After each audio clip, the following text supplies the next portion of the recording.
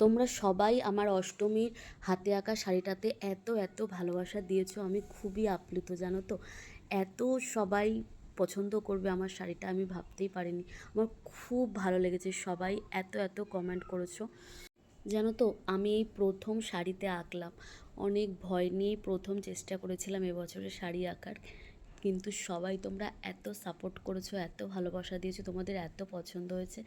আমি চেষ্টা করব আরও নতুন ধরনের অন্যরকম কাজও তোমাদের সাথে এরকম শেয়ার করে নিতে আগামী দিনে।